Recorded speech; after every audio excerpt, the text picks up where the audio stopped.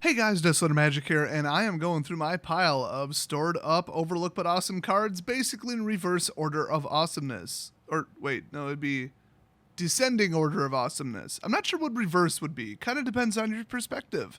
You know what? Here's another one, and it's awesome. Dazzling Reflection from Oath of the Gatewatch. You gain life equal to target creature's power the next time that creature would deal damage this turn. Prevent that damage. Cost 2, it's an instant. I love it, and it's got some freaky Harry Potter Patronus on it. By the way, my Patronus would be the giant alien ship creature starfish thing from the latest Independence Day movie. Like, if the Dementors came, like, straight up, they would be incinerated, and I would probably blow the moon out of orbit. But Desolator, you didn't change background yet. What the hell's wrong with you? That's because this isn't it. You've been bamboozled. What if I told you there's an even better version of this card? And better is kind of relative. I mean, it depends on the situation, but I'd say overall a little bit better. I'm, of course, talking about the rare card from Avacyn Restored, Divine Deflection. And don't think, oh, crap, rare, Avacyn Restored, dang, that's automatically worth money. Not exactly. It ain't exactly Dark Ascension, but it ain't exactly cheap, you know? But this one, you can get it for around 50 cents a card if you buy a pack of 4. I mean, it ain't bad. This is an absolute classic in my Don't Attack Me Commander deck. I love it. So the old Razzle Dazzle, okay, cool. Whatever its power is, you gain that much life, and then you prevent damage. It does exactly one thing, and it only costs 2, so that's cool. And you can hit something that's not even attacking and just gain like 12 life even if they didn't swing with it. So you do have options, but with this one, oh my gosh, it's 1 white plus X, and then prevent the next X damage that would be dealt to you and or permanents you control this turn. If damage is prevented this way, Divine Deflection deals that much damage to target creature or player. So deflect anything that's incoming to anything or anyone, well, you, I guess, or permanents you control, and then hit anything with it. So you've got way more options. You could bounce it back at a creature. You could hit a creature that didn't even swing. You could hit the same creature that just swung. You could do anything. You could take out a planeswalker, I assume, maybe, I don't know. Thanks for ruining every ruling ever, Wizards. That was great. The problem is it takes 10 mana to stop 9 damage. I mean, it only takes 2 mana to stop 9 damage with the old Razzle Dazzle. But this, with the redirectability and the modularity of it, I mean, they could be swinging for 5 and you just prevent 3 for 4 mana and, you know,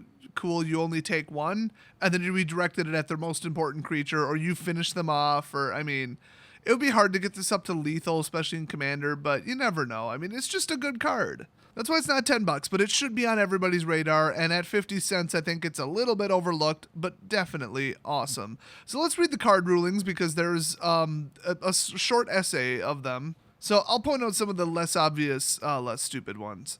Divine Deflection only has one single target. It is the permanent or player that you choose. You choose the target as you cast it, not at the time that the spell resolves or at the time that it prevents the damage as a damage replacement effect. Or at least that's how that ruling should have been written. Now this is a bit of a shame. If the targeted permanent or player is an illegal target by the time that this spell resolves, the entire spell doesn't resolve, no damage will be prevented. That is not how I expected that to go.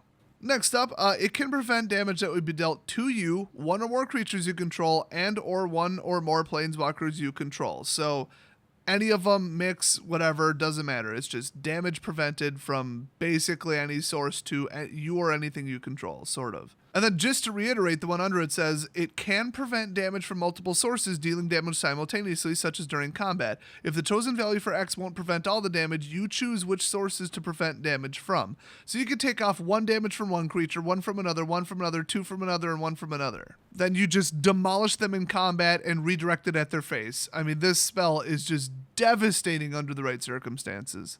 But wait, there's more. If damage is dealt to multiple permanents you control or is dealt to you or at least one permanent you control, you choose which of the damage to prevent. If the chosen value for X won't prevent all the damage, for example, if 3 damage would be dealt to you and to each of 2 creatures you control, Divine Deflection will prevent the next 3 damage. You might choose to prevent the next 2 damage it would deal to you and the next 1 damage it would deal to one of the creatures, among other choices. You don't decide until the point at which the damage would be dealt.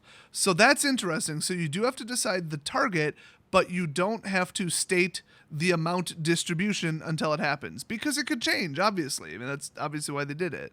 If somebody had a boost spell that's already on the stack but it hasn't resolved yet because this was above it, then you've got a problem. So you choose how to prevent it, which ones to shave off, and all that at resolution time. Or not even spell resolution time. They're actually specifically saying it's at the point at which damage would be dealt because it's a damage replacement effect. It's a delayed trigger spell. Now get this, Divine Deflection's effect is not a redirection effect. How about that? If it prevents damage, Divine Deflection, not the original source, deals damage to the targeted permanent or player as part of that prevention effect. So it removes the damage, it's gone, and then the spell itself does damage. So basically that's for like lifelink or death touch or whatever, double strike. Well, not even really double strike.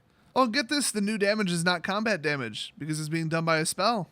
And that is the case even if the prevented damage was, which of course it would almost always be. Next up, if it prevents damage, excess damage, if any, dealt by that source is dealt at the same time, immediately afterward as part of the same prevention effect. Divine Deflection deals its damage. That was literally the weirdest cadence I could have ever possibly read that with. But it's a run-on sentence with commas in the wrong place, so, So basically, their damage goes through first, and then your damage goes off. So if it's simultaneous and you both would lose the game due to lack of health, you will lose first. And we're still going down this rabbit hole because this is just odd. Whether the targeted permanent or player is still a legal target is not checked after Divine Deflection resolves. So there is a difference there. For example, if a creature targeted by Divine Deflection gains Shroud after Divine Deflection resolves, because let's say you cast it during your first main phase. I wouldn't, but you could. And then, okay, all the way into the next combat, now it has Shroud. It can still deal damage to that creature because it's not checked. It's like, okay, the target was targeted, that happened, the spell is now locked on, the spell already happened, it's off the stack, nothing else matters. Now also, this might seem to somewhat contradict an earlier ruling, but the earlier ruling said if the targeted permanent or player is an illegal target by the time Divine Deflection resolves, the actual spell, not the effect, not the, as it were, delayed trigger, which I think it isn't even technically a delayed trigger, but whatever.